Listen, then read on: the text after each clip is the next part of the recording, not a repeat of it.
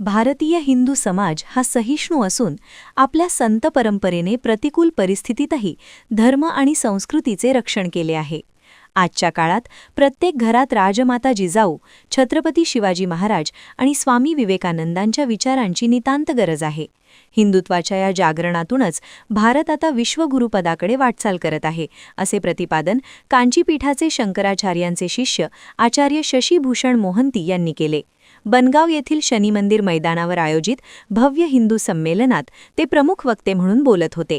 या भव्य संमेलनाच्या व्यासपीठावर राजयोगिनी स्मिता दिदी, साध्वी देवेशी भारती, गायत्री शक्तिपीठच्या वेदवती पटले आणि संमेलनाचे मुख्य संयोजक विश्वनाथ मानकर यांची प्रमुख उपस्थिती होती.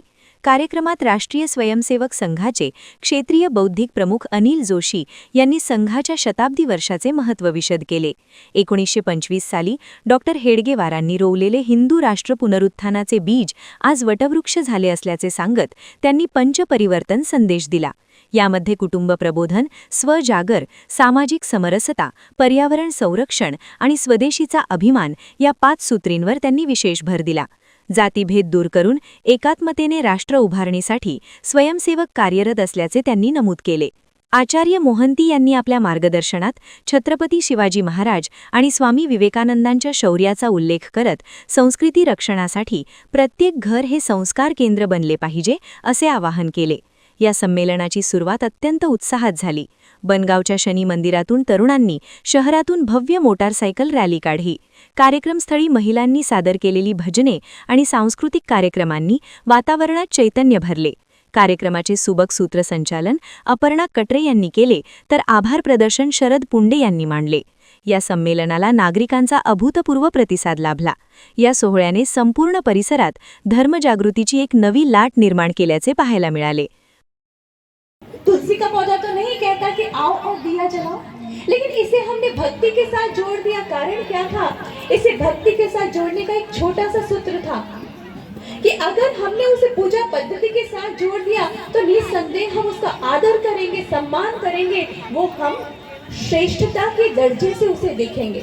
अब आप देख लीजिए, तुलसी का वृक्ष हुआ, पीपल का वृक्ष हुआ, कदम्ब का वृक्ष हुआ, आम का वृक्ष हुआ, ऐसे न जाने बिल्व वृक्ष, कितने सारे वृक्ष हैं जिन्हें हम देवों की संज्ञा देते हैं और जिनकी हम पूजा करते हैं. बात करें तुलसी के पौधे की, वैज्ञानिक दृष्टि से अगर देखा जाए, जब आंगन में तुलसी का पौधा लगा होता है तो उस पर बहती हुई जो हवा हमारे घर में प्रवेश करती है वो हमें कीटाणुरोधी बना देती है, हमारे घर को सुंदर बना देती है, स्वच्छ कर देती है, पावन कर देती है. आदिकाल से हम देख रहे हैं हमारे जो देवी देवताएं हैं, तो देवी जो नाम आता है तो देवी माना जहां मूल्य से भरी हुई, और उन्होंने मूल्यों के आधार से देवकुल में हमने देखा सतयुग में कि देव कुल के अंदर मूल्यों के आधार से उन्होंने उस संस्कृति की रक्षा की. लेकिन आज सतयुग चला गया, त्रेता चला गया, द्वापर भी बीत गया, कलयुग आ गया और धीरे धीरे हमारे जीवन से मूल्य ही खत्म हो गए. और जैसे जैसे मूल्यों का ह्रास होते गया, आज विचार आ रहा है मेरे मन के अंदर कि भारत की संरक्षक जो नारी है, वास्तव में वो कैसे संरक्षक है.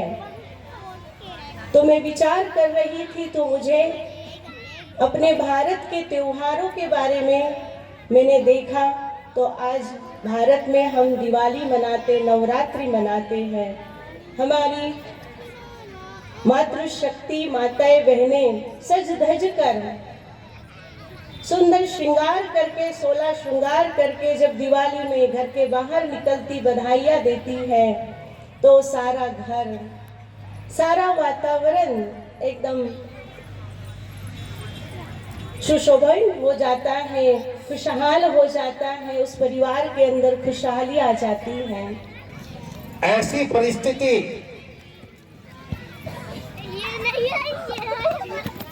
हमको दर्शित हो रहा है. पूरे देश में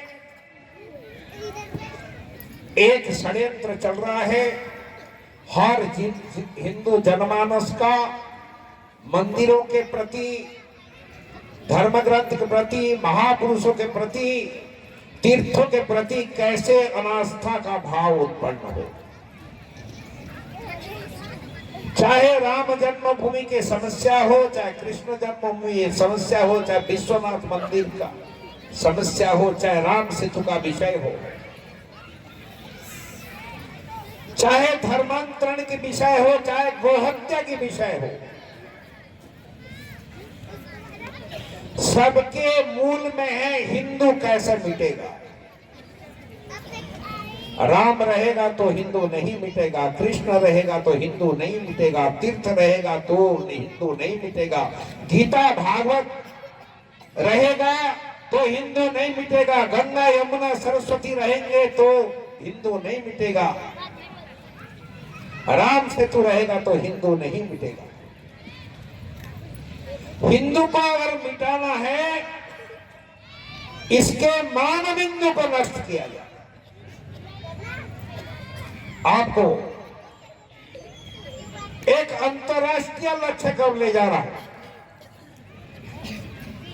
3 महाशक्ति है जो विश्व पर साम्राज्य स्थापित करना चाहते हैं। एक का नाम है इस्लाम। वो चाहते हैं इस्लाम के नीचे पूरे विश्व शासित हो। एक का नाम है ईसाईयत, पूरे विश्व बाइबिल के झंडा के नीचे शासित हो। तीसरा का नाम है कम्युनिज्म, कम्युनिस्ट राष्ट्र बने। इसके लिए कितना भी युद्ध करना पड़े, संघर्ष करना पड़े, हत्या करना पड़े, और ये 3 शक्ति के आगे एक महाशक्ति के रूप में उभरी है पूरे विश्व में। उसका नाम है राष्ट्रीय स्वयंसेवक संघ, जो हिंदू मानबिंदु की चिंता करता है, संस्कृति की चिंता करता है।